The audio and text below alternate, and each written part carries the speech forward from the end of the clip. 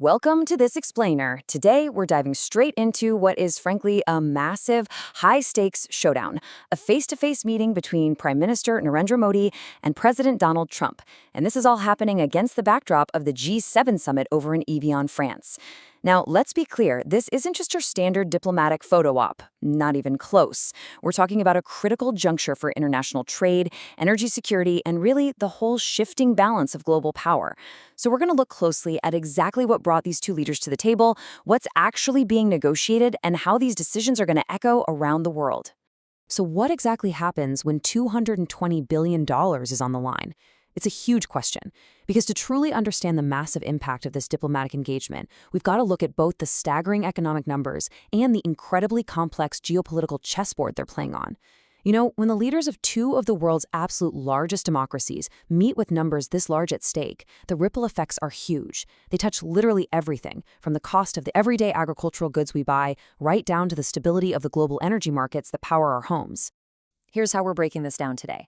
First, the last mile. Then, a bilateral trade breakdown, followed by the energy partnership. After that, we'll cover trust and global tensions, and finally, the voice of the Global South. All right, let's kick things off with part one, the last mile. 16 months in the making. So it's actually been a full 16-month gap since these two leaders last sat down for a face-to-face meeting. But, don't let that pause and in-person diplomacy fool you for a second. The quiet, behind-the-scenes work, it has been intense. And it's created this huge insider buzz leading right up to today at the G7 summit in Evian. Officials are actually reporting that this highly anticipated U.S.-India trade agreement has officially entered its last mile. Basically, the heavy lifting is largely done, and this massive deal is fully expected to conclude in the next few weeks. Moving right along to Section 2, bilateral trade breakdown, high stakes and ambitious growth targets. $220 billion.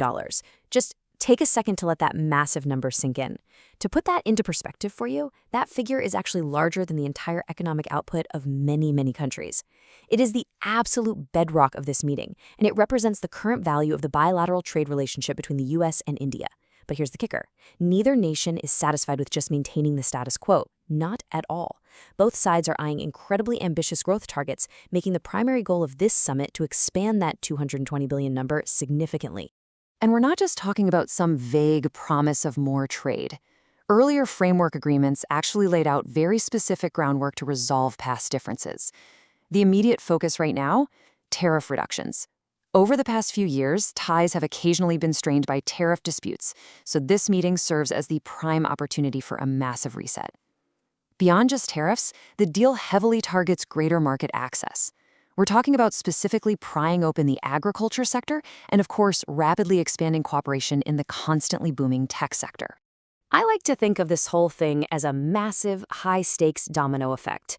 Concluding these negotiations directly triggers that first phase, unlocking billions of dollars in brand new investments. And then, that sudden financial injection naturally leads to the final domino falling, which is stabilizing vital global supply chains.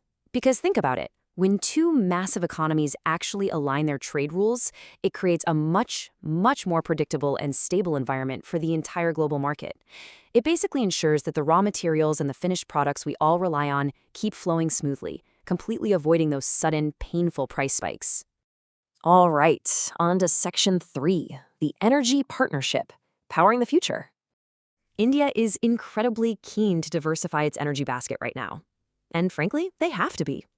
New Delhi is facing some absolutely immense global uncertainties. You see, relying on a narrow set of energy providers is a massive strategic vulnerability, especially for a rapidly growing economy like India's. When geopolitical chess moves threaten those traditional oil routes, everyday energy prices spike for the average consumer. Because of that, India is making a highly strategic and honestly absolutely necessary push to diversify where and how it gets the power it needs to keep 1 billion-plus people moving. The contrast we're looking at here is pretty striking. On one hand, you have the current reality of global uncertainties. We're talking volatile markets, unpredictable supply lines, the whole shebang. To counter all that chaos, India is actively pursuing a proposed long-term partnership with the United States. And this new alliance is centered really heavily around U.S. supplies of oil and gas. For both of these nations, this energy cooperation isn't just some quick short-term fix. It perfectly aligns with their long-term strategic interests to basically guarantee stability. Which brings us to Section 4, Trust and Global Tensions, specifically looking at West Asia and the Strait of Hormuz. So during a pretty highly dramatic moment at the G7 outreach session, Prime Minister Modi delivered a very, very pointed message. He said, "Trust and verify." Trust is a rare commodity, and those words carry some incredibly heavy weight right now. These leaders aren't just talking about trade, they are deep in discussions on the ongoing conflict in West Asia. They're intensely focused on the volatile Strait of Hormuz. If you're not familiar, that's a critical choke point for global oil shipments. If that waterway is threatened in any way, the price of fuel worldwide just absolutely skyrockets. So Modi's powerful quote really signals this deep, deep caution amid these ongoing global tensions. Finally, Section 5, Voice of the Global South, a shifting world order. Now, the discussions at the G7 gathering in Evian tackled some incredibly heavy global issues. The leaders confronted the West Asia conflict, the ongoing Ukraine war, and this pressing need for global economic resilience. But what is truly fascinating to me here is the role of the guest nations. For New Delhi, this summit profoundly reinforces its prominent, almost unprecedented position on the global stage.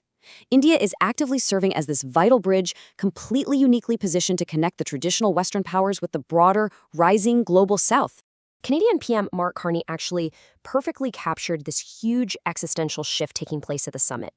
He noted that India, quote, holds a mirror up to the developed West and adds legitimacy to G7 as the global South finds its voice. And this isn't just about India getting a seat at the table. It's really the profound realization that the table itself completely lacks full global legitimacy without the inclusion and the actual influence of rising powers from the global South. We are absolutely witnessing a true paradigm shift here. The old reality was basically the G7 functioning as the small, exclusive club of wealthy nations attempting to run global affairs in total isolation.